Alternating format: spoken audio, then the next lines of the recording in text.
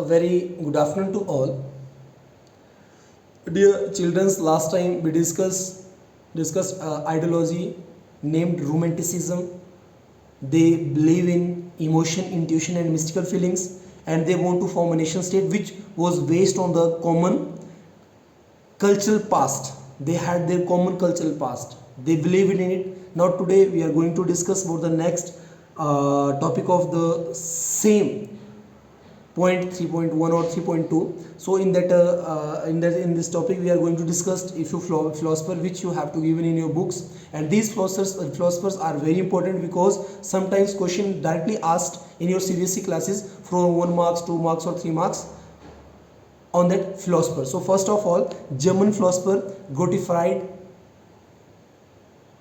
Herder, John Gottfried Herder. He was born in 1744 and he was died in 1803. So according to him, true German culture was to be discovered from among the common people. As per his ideas, true German culture, how it was discovered among the common cultural people, and he called that people Das Volk. Das Volk was the people who followed their common culture, German common. It was spread through folk songs, folk poetry, folk dance, as per his assumption that he can try to tell us that how the German people unite themselves through common dance, common culture, common poetry, and the true spirit of the nation was based on the Volksgeist. First he called them Volk, then he all the united culture, united people called Volksgeist. So essential things which was important to build a nation state.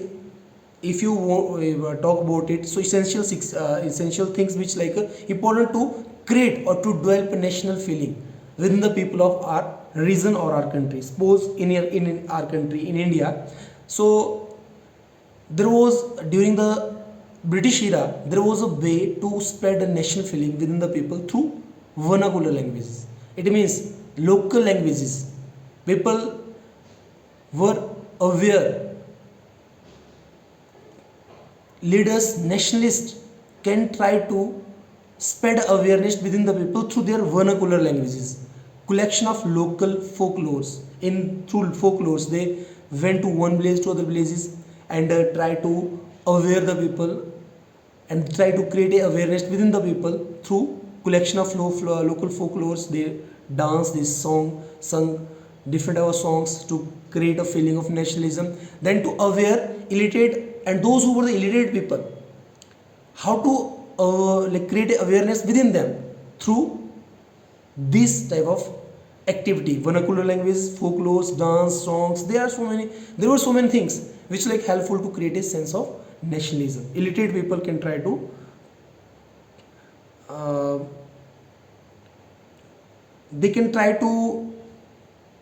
create a sense of national feeling through all those things. So now take an example of Poland. Had been partitioned in 18th century. If we talk about the Poland was partitioned or divided. It was divided divided in the 18th century. And who was responsible for that? Russia, Prussia and Austria. These were the three nations who partitioned the Poland. But the nationalist feeling carried there through their music and language. But the national feeling, they partitioned the nation, but they were failed to end or partition their feeling of nationalism, because the feeling of nationalism continues to spread through language and music. Karol Copernicus, he was the next person who he was a great nationalist, and how he played a crucial role for the development of nationalist feelings. So through his opera and music, he played operas and music, he can try to create a feeling of nationalism. He used his instrument to create it. Then he made Polonaise and mazurka into a national symbol. He also took it Polonaise and mazurka was an instrument there in that time, so he used them to and into a nationalist symbol. He gave them a nationalist symbol. Next, language played a like crucial role to create a sense of collectiveness or feeling. Language is so important to create that feeling or to have that feeling of nationalism within the people of their. Again, you have to give a great example of Poland. Poland occupied Russia. Russia ruled over Poland. When Russia ruled over Poland, so Russia, what they did at first in Poland, Russia did Polish language forced to away from the schools at first. They imposed Russian everywhere in the Poland. Then 1831, Polish rebellions crushed by Russia. So revolutionary of Poland, what they did after that, how they create like sense of collectiveness or sense of nationalism within the people of Polish. So they use Polish language just like a weapon during that time when they ruled by Russia. So during that time they used language as a weapon which was used by Polish to create a sense of collectiveness. They can told their people that who they were, and they were the part of Poland. They were not a part of Russia. So they used Polish in church and for instruction. So during that time when Russia ruled over there, and we already know that Russian language imposed everywhere in the Poland, but they used Polish language in church, as well as they used this language for the instructions. So priest and bishop put into the jail those who promote that language. But Polish came to be seen as the symbol of struggle against the Russian dominant Poland. So Polish language was a symbol during that time. Polish was like a language was a symbol of struggle against the Russian dominant Poland. So have you like seen here that how language played a crucial role to create a sense of collectiveness?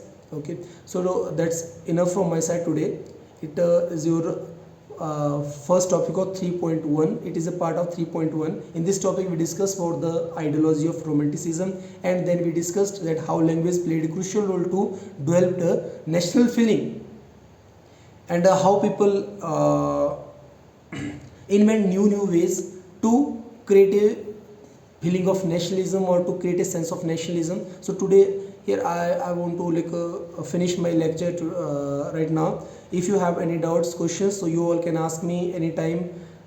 I already told you my mobile number. If you have doubts, you called me. If you have some like if you want a new ways of teaching, so I will provide you everything. You can share with me. You put a message to me on the WhatsApp or any Instagram, anywhere where I shared my videos. So now thank you. In our next topic we discuss hunger, hardship and the popular revolt. It is the most important topic of the first chapter. Some maximum time question asked from that topic. Thank you.